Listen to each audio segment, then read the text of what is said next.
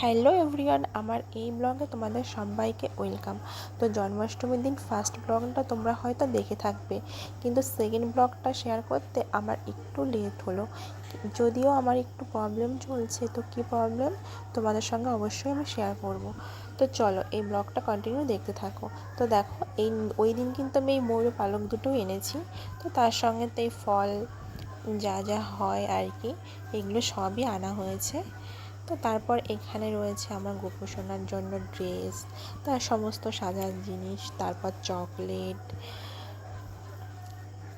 তো দেখো, ব্যাপারটা হচ্ছে আমি কিন্তু আমার ছোট্ট গোপালকে যখন যেভাবে পারি তো তখন সেভাবেই হচ্ছে পুজো দিই আর কি।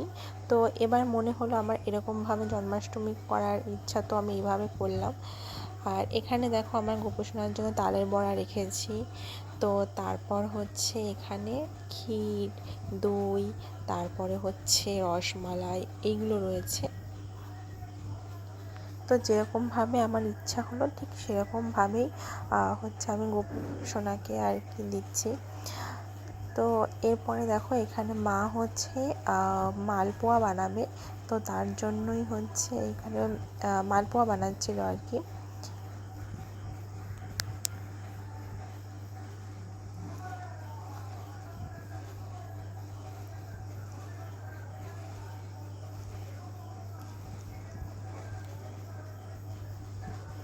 তো এই আমার ছোট্ট গোপালকে কিন্তু আমি কিনে এনেছিলাম।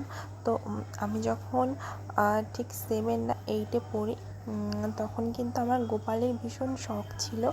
তো আমি গোপাল মাকে বলে, তো মায়ের সঙ্গে গিয়ে এই ছোট্ট গোপালকে আমি এনেছিলাম। তো তারপরের থেকে যখন যেভাবে পারি আমি ঠিক তখন কিন্তু সেভাবেই পুজো দিই।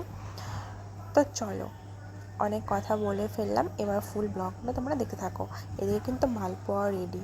তো তারপরে আমি শুরু করে দিলাম আলুর দম বানানো। তো দেখো, আলুটা মশলাটা কষিয়ে তারপরে হচ্ছে এই যে আলু দিয়ে ব্যাস, তারপরে হচ্ছে ঝোল ঢেলে একটু নাড়াচাড়া করে গরম মশলা দিয়ে বানিয়ে ফেললাম। তো তারপরে বানিয়ে ফেলেছি আমি সাবুর খিচুড়ি। তো তারপরে এদিকে মা হচ্ছে লুচি ভাজছে।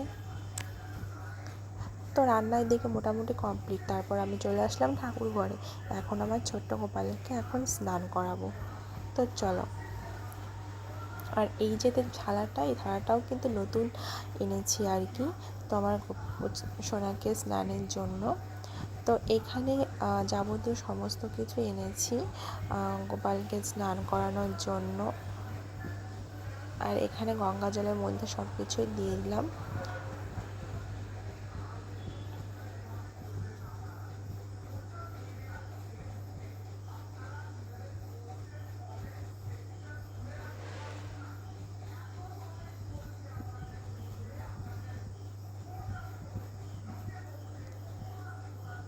তো তোমরা গোপাল সোনাকে কীভাবে স্নান করো অবশ্যই কিন্তু কমেন্ট করে জানিও। আমি এভাবে পারলাম, তো মনে হলো আর কি, তো এভাবেই করালাম স্নান।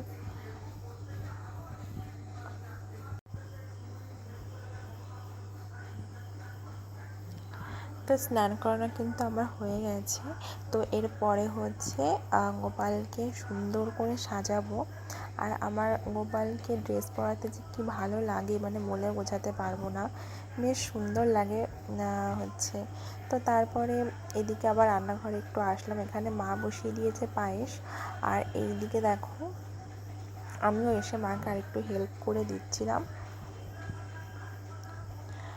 তো তারপরে যে ঠাকুর ঘরে এসে আমি সমস্ত ফলগুলো কেটে নিয়েছি আর একটু সাজিয়ে নিলাম। তো এবার হচ্ছে সেই মুহূর্তটা আমি গোপাল সোনাকে সুন্দর করে সাজাবো।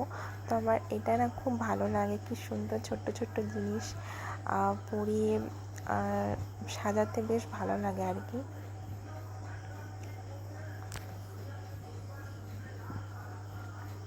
আর দেখো, হলুদ কালারের ড্রেস পরিয়েছি, আমার হলুদ কালারটা খুবই ভালো লাগে।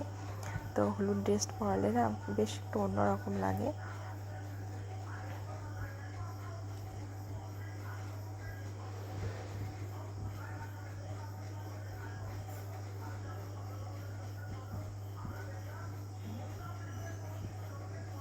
তো নতুন কিন্তু বেডশিটও দিয়েছি, তার সঙ্গে নতুন বালিশ। সব কিছুই নতুন নতুন আজকে। তো তারপর এই যে বসিয়ে দিলাম পাশে গোপালের প্রিয় ফুল গোলাপ আর রজনীগন্ধা দিয়ে দিয়েছি। তো তারপরে এই যে সামনে দিয়ে সমস্ত ভোগ সাজিয়ে দিলাম। তো এখন হচ্ছে পুজো দেব নিজে নিজেই। তো তারপরে হচ্ছে মানে প্রসাদ দিয়ে দেবো আর কি, চারপাশে ছোট ছোট বাচ্চাদেরকে ডেকে।